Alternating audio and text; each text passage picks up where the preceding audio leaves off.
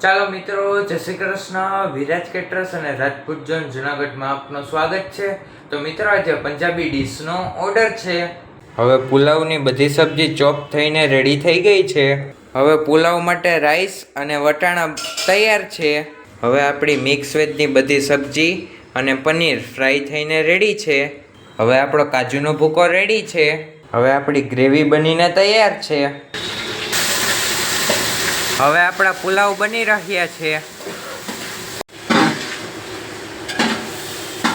હવે આપણા ભાત નખાઈ ગયા છે. હવે આપણા પુલાવ બનીને તૈયાર છે. હવે આપણું મિક્સ વેજ બની રહ્યું છે. હવે આપણી બધી સબ્જી નખાઈ ગઈ છે. હવે આપણું પનીર નખાઈ રહ્યું છે.